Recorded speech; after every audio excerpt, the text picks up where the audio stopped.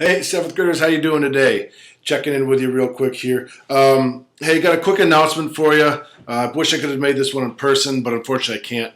Um, Starting tomorrow, all paper products used or all papers that are used in class will be charged 5 cents per sheet of paper.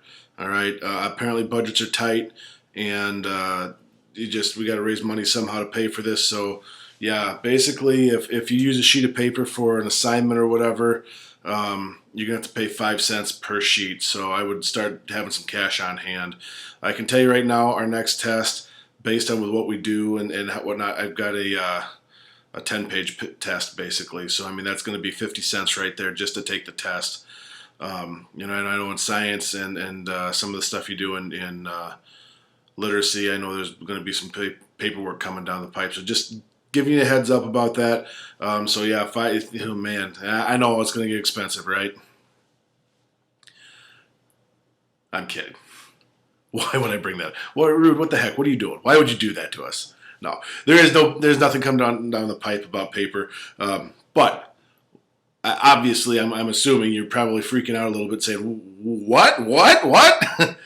Yeah, no, we can't do that anyway. But there's a purpose to what I'm getting at here. The British kind of did the same type of thing to the colonists. Remember, we go back to our talk from before about the ordinance of 1765, and King George III told the colonists, even after the French and Indian War, you can't go into the Ohio Territory in the western part of the country at that time, which at that point was still in the east, as we know it, but can't go west. And not only that, they're going to raise taxes, and there was no say with the colonists as far as them being able to say, no, we don't want that. That's not fair. That's kind of what was going on here, right? You're put in the same situation. Holy cow! All of a sudden, you're going to charge us a whole bunch of money, basically, for supplies, and you're not going to get a say in it. So it's a similar thing there. Again, there's no fees or anything with paper, but I'm trying to prove a point, which I think I did. Hopefully, somebody said, "Oh boy." Anyway,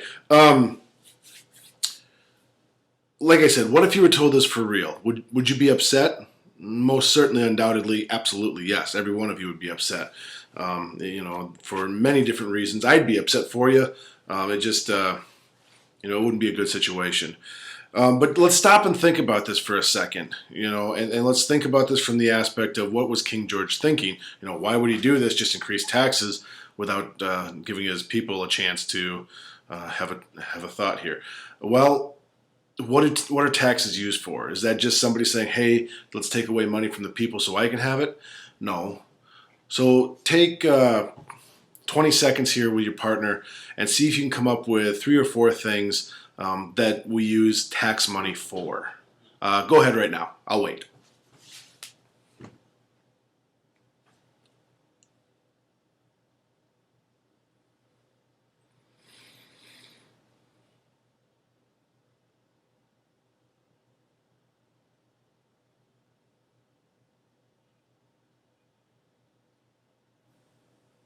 See, I told you I'd wait. Did I scare you? I tried. Anyway, you probably came up with some things like paying for schools, paying for roads, paying for emergency services like police and fire protection, sewerage, electricity. Oh boy, all kinds of different things. Anything that comes from libraries, things like that. Anything that comes from the public, that's public use, public hunting lands, all that. That's paid for by the government, which in turn is paid for through taxes, which means we all contribute our fair share.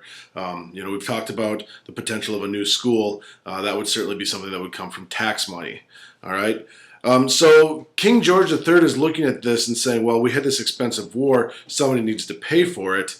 And we don't think that the people here in England should be back in the home country of England should have to be the ones to do that.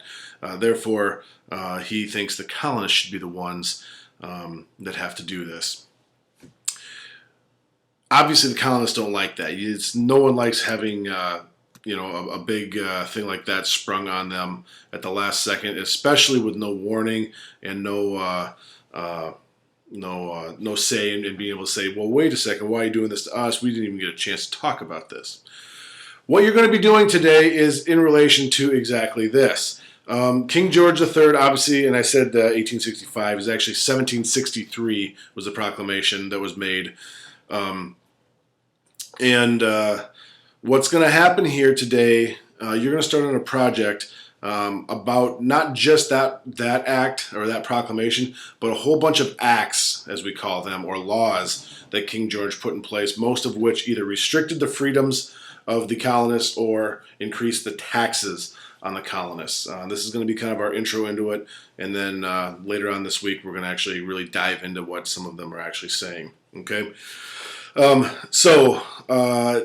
we're going to be on Unit 2, Number 4 today. There are complete and very detailed instructions on that page that I expect you to go through with your partner. The sub should be giving you your assignments here in just a little bit. Otherwise, I have it linked on the bottom of the web page, or my web page, Unit 2, Number 4. It's down in the PDF add-ons, and it's called Groups PDF. I think it's the third one down.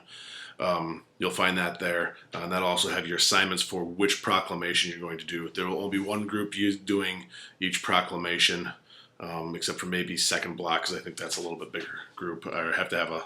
Well, anyway. So, with that, here's what we're going to do. I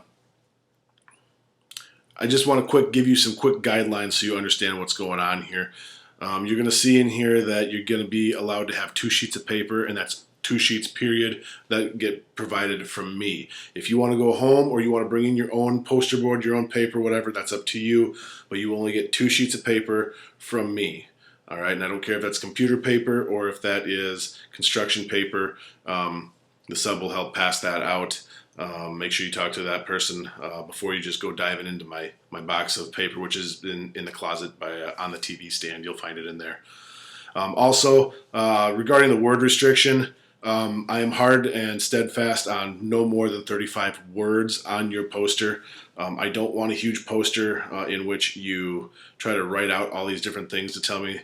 Use pictures, use other things, shapes, whatever. Minimize the words. So you really have to think about what words you use on your poster before you just up and start writing on there. And numbers, will be counted towards your words. So if you use the number 2 for anything, it will be counted as well as going towards your number of words. And that includes gluing pictures of words. Those words will be counted as well. Okay. Again, you'll also see that you're going to be doing a rap. When I say a rap, that doesn't mean it has to be a perfect musical song and something that Beyonce would sing tomorrow, but it's got to have a little bit of a rhythm to it, and it's got to have it's got to rhyme. The last words have to rhyme. If you need help with that, certainly check in with either myself if I'm back tomorrow, which I should be back tomorrow, or the sub today, or work with each other. Whatever resources you have, check in with each other. Okay, this has been a really fun project to do over the last couple of years. Students have really enjoyed it. So I'm giving you permission to be creative. Come up with whatever you can regarding the act that you're given or that's assigned, and just make the best of it and have a good time with it. All right. Hey, we will see you tomorrow. I'll check in with you later. See ya.